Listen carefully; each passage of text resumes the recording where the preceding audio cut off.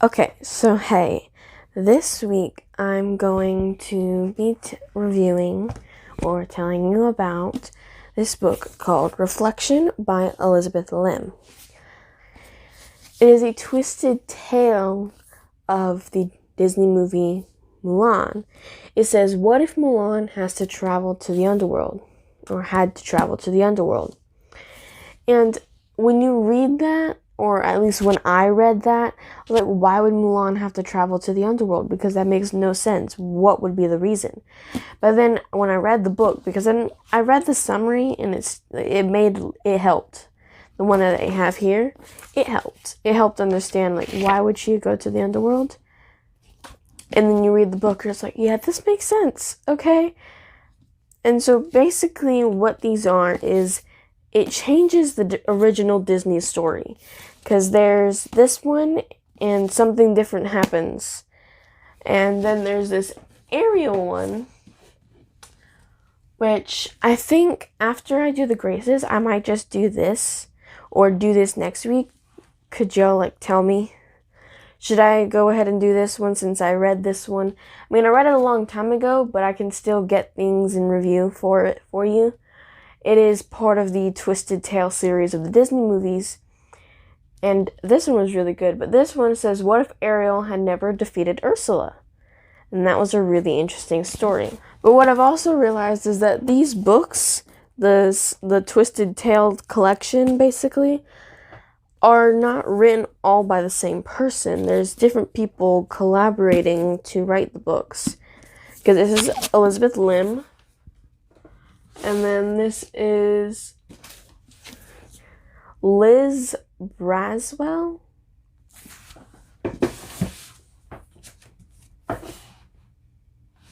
And the Beauty and the Beast one is also Liz Braswell. So I think it's either those two, or maybe there's one person that's working to write these books. But I think they're pretty cool because you just the original Disney story and how everything plays out because because Disney is a big part of everyone's lives. And if you haven't seen the Disney movies, where have you been? Have you been living under a rock or something? Because that's the only way you wouldn't have watched any of them. I did write my own summary for this, and it's not actually a summary. It looks more of just me explaining the basic plot of the book that without spoiling much at all, really. Is that a ladybug? I think there's a ladybug up on... Ignore my weirdness right now. Okay, so I'm going to read off my laptop basically what I wrote, explaining the book. Okay, so do you remember when in the battle between the Huns, when Mulan made the snowfall on them in the Disney movie, how when she took the cannon thing and aimed it at the mountain, it made a snow avalanche happen on top of the Huns, and they had to run away before she and her friends were covered by snow. And you remember when, his name is Shan Yu, something like that. Yeah, however you want to say it. And he's the leader of the Huns. He stabbed Mulan with his sword. And when they bandaged her up, that's when the army figured out she was a woman. So you remember that, basically. That part of the movie. If you do, yes. I swear, if you haven't seen the Disney movies, something wrong with you.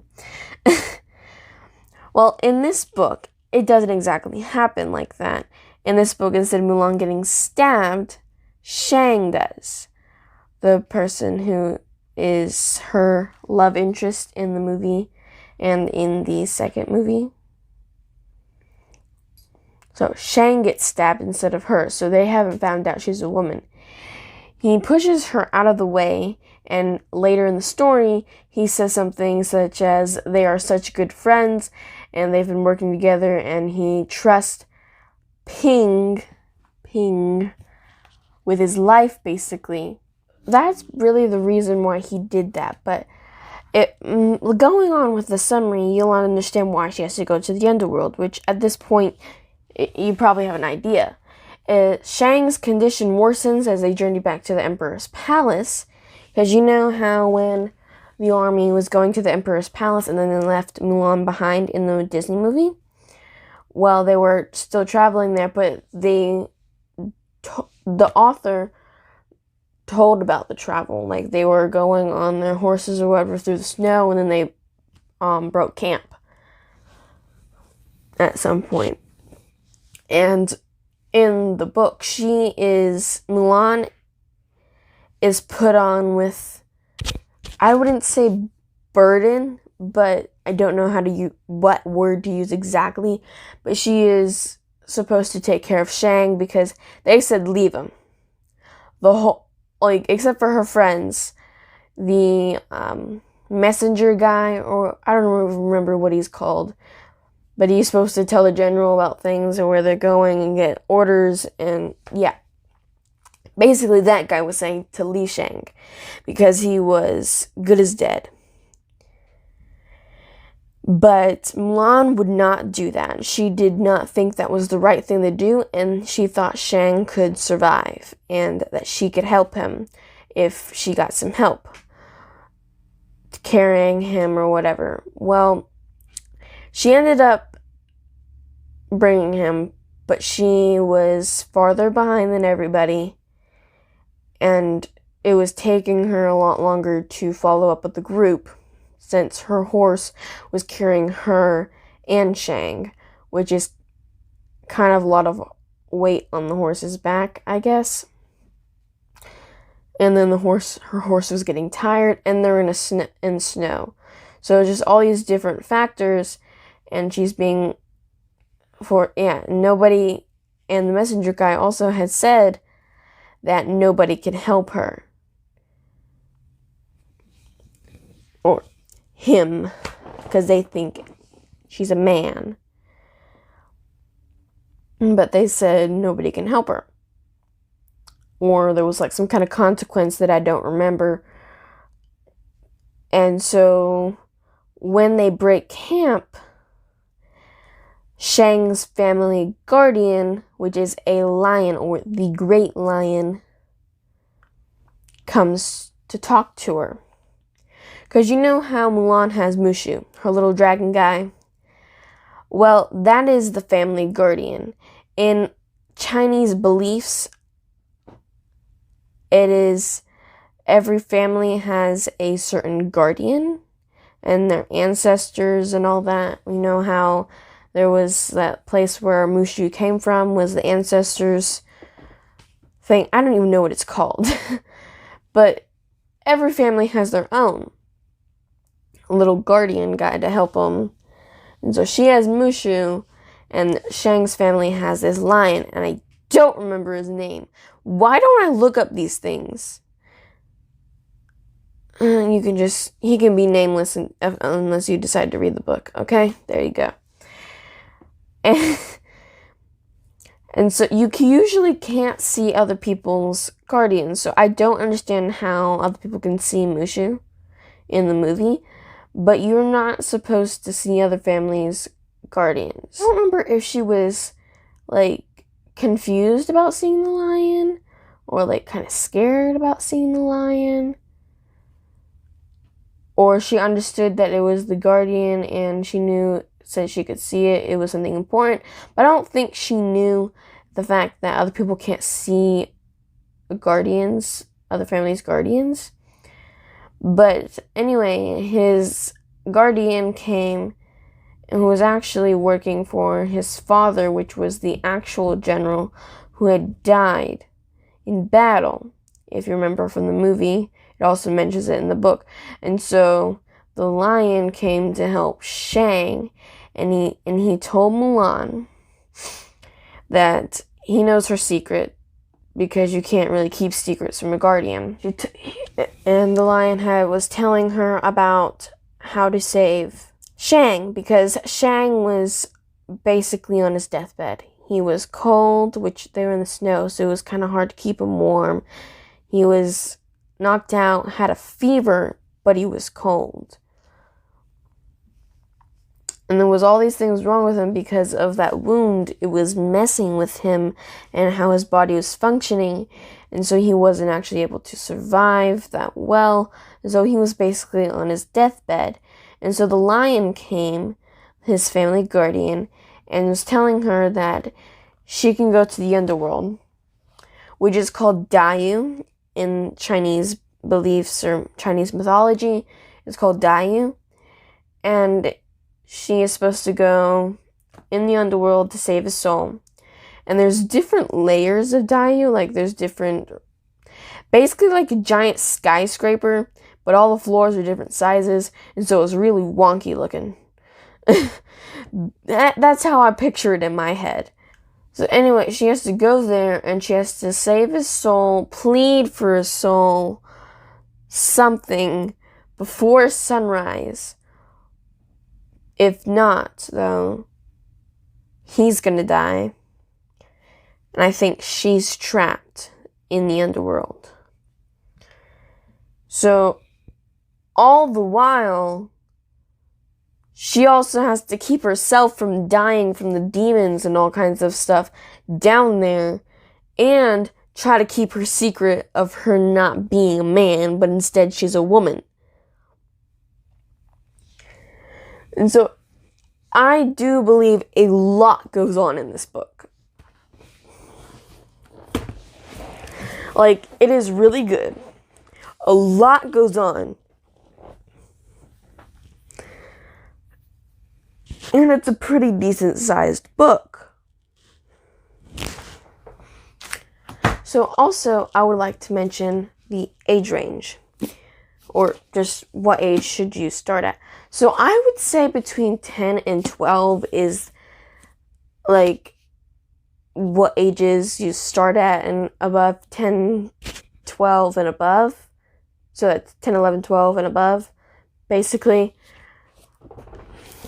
that you can read this, because like we've all watched the Disney movies. We all understand the Disney movies. And so it's not much different and all that. So I just feel that is a thing, because also not many kids below 10 are that interested in reading also, unless you're like me, because I had a lot of books collecting in my room after about kindergarten. Just getting little chapter books and moving up to bigger things till now. I have books like this and bigger ones up there, and there's another one that's about that thick. And then you got Harry Potter over here being thick. But I just feel that 10 above, that kind of thing, 10, 12... I think that is a good age to start at with this book. Also, the rating of this book, I'm going to give it an 8 out of 10. It was a really good book, and it was really interesting to learn about a little bit about the Chinese mythology, because, with me and Greek mythology, because I just did the whole Percy Jackson, and I was raving about how Greek mythology is amazing. Well, I've been trying to find other mythologies and stuff, because mythology is a really interesting subject for me. Like, talking about Egyptian, Greek, Roman, which Greek and Roman are very, very similar, because there's, like, the planets, basically. Because Hades, I'm pretty sure, is, like, Pluto or something. And then Aphrodite is, like, Venus for Roman, and it's just... I think this type of stuff is pretty cool. And so learning about the Chinese mythology a little bit, and King Yama, who is basically the guy who goes around judging people by their lives they spent and how they are going to live it in Dayu, or if they're going to be reincarnated, or anything else, because there's like the punishments, and then there's like the peaceful levels of Dayu, and then there's like reincarnation and all that kind of stuff, which I think is pretty interesting to kind of learn about from a very well-known story that has been changed up in a different version and how everything happens. I do like the book, but I'm giving it an 8 out of 10 because I feel like there could have been a lot more done with the book. Well, not a lot, but like some things. I don't remember exactly what things. I wish I did. I wish I wrote them down somewhere, because I distinctly remember reading the book and thinking a lot of things could have been put in there. A lot of different things that would have helped with the story, and also the fact that I really wanted them to play out the romance. They did a little bit, like there was like Mulan blushing here and there and all that, but I really wish they played out the romance a bit more. So what I also want to mention is how long the book is, and I'm not going to do the amount of words. So this book is 408 pages long. I'm not doing the word count because I feel like that's just something really random that I think is interesting and that y'all think is just really weird. Why am I doing that? And so I'm just going to discontinue that basically, and I'm going to replace it with how long basically do I think it's going to take to read the book. But then again, it all depends on your schedule and how you go through your day-to-day life and what times you are able to read. Because for me, I can read throughout the day here and there, but I do most of my reading at night when I'm laying down in bed, because I have a lot of time. I struggle a lot to go to sleep. And you should know by now, reading is a good way to fall asleep. But sometimes the story is so good and so fast-paced and all that, you can't put the book down. And so you're like wide awake, 5 a.m. reading, or you're not because you're just a normal person and I'm just a weirdo who is like that. I don't know. But there's certain books, you read them and it seems kind of slow. So you get kind of tired and then you put the book down and go to sleep and like that, because I have had books like that. But the story is really good. It's just, it starts out slow, because this starts out just a little slow, and then they get into the underworld and you're like, oh, that's pretty cool. But I do feel like the amount of time that it takes you to read a book is up to your schedule. So if you read during the day, or you read during night, or you do both, or you just read here and there whenever you can, whatever. Any of those ways, it's going to take you about a week to maybe read this book, a week or less. It really just depends on your schedule, and most books are a week or less. I try to keep it to a week or less. For me, I keep saying that. It's getting really repetitive and annoying to me right now, saying a week or less.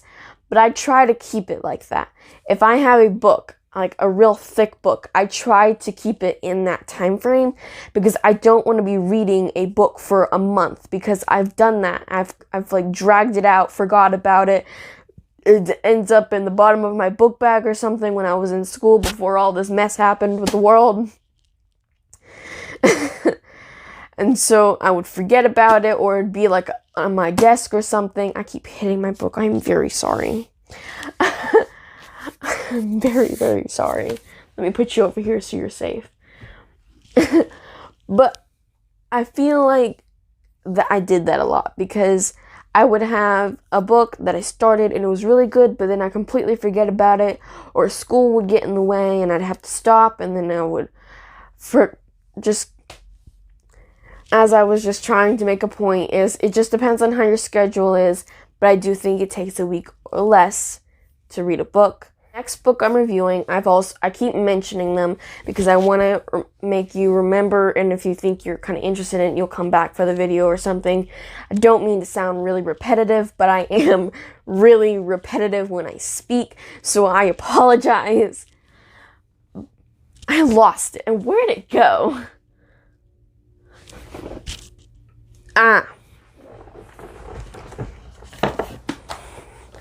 Okay. So, this is The Graces.